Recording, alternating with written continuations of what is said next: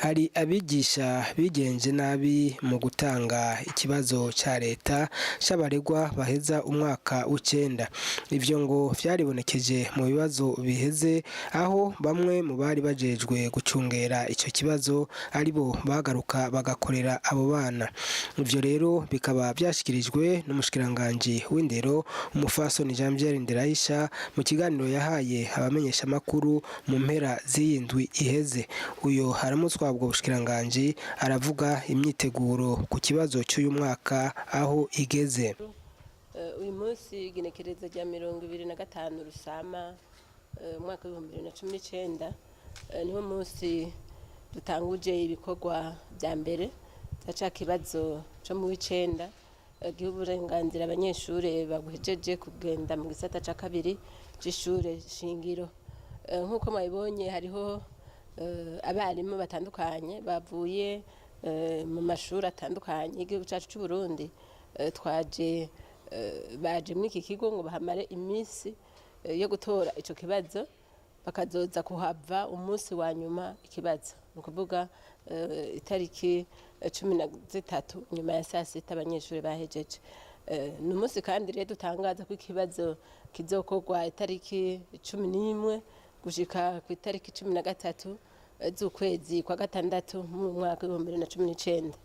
Ariko ku itariki 10 kugira ngo tuze turatangura igikorwa hakiri kare, itariki 10 twimbira ko rwaruka rwose rwegwa n'ico kibazo ariho bazoja kuraba ibibanza bazokoreramo n'intebe bazicarako.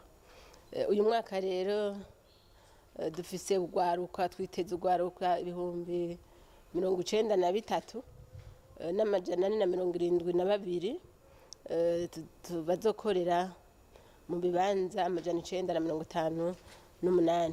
Abo rero n'abanyeshure bari batanguye umwaka w'ishure tugomba turangize.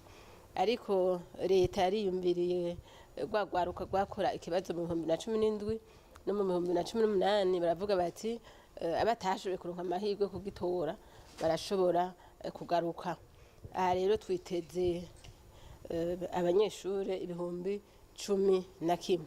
Tuce tuboneraho kubabarira yuko atawuzoza ku munsi w'ikibazo kuko twarabahaye umwanya uhagije wo kwiyandikisha ku mashure bahorako.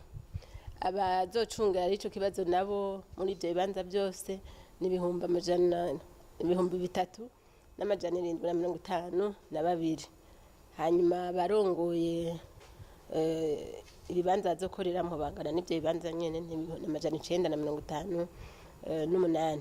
Amashure rero mu gihugu cose yegwa n'ico kibazo ni 2,566. Iki kibazo rero kizokorwa ku vyigwa bitandatu. Hariho ibiharuro, hariho cyo twita indimi za mbere ni kuvuga igifaransa n'ikirundi, indimi za kabiri Giswahili n'icongereza, ubuhinga bwa none, hanyuma n'ubuhinga bujanye n'abantu. Hanyuma tukongera ko tugashira ko wa mugambi wo kwiteza imbere tuvuga ngo entrepreneuria mu gifaransa. Hanyuma twagomba twongere ko nuko uyu mwaka nabo nuko rwaruka ruzogaruka gukora twe twabisohoye mu tegeko nshikiranganje turongera tuributsa ibigenga ikibazo cyane cyane twibutse ko mu mwaka uheze hari abantu bagiye kucerekana twimbiye ko uyu mwaka atabazosubira. Aha rero mpamagariye abarimu bose aberwa no gucunga ico kibazo yuko atakamara ko kureka ngo umwana yibe canke bunyene bamwereke kuko nta kamaro ntacu umuhaye kuko aca yigira imbere atanakimwazi. Aha kandi mboneho no kwibutsa kandi abarimu muri rusangi ibanga ryo kurera, ibanga ryo kwigisha kugira ngo turamure incabwenge.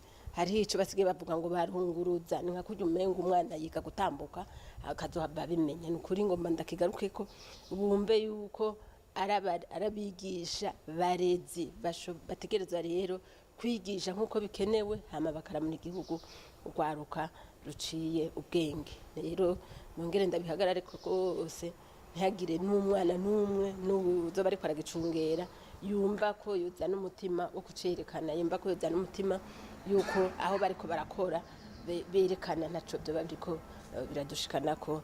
Murakoze.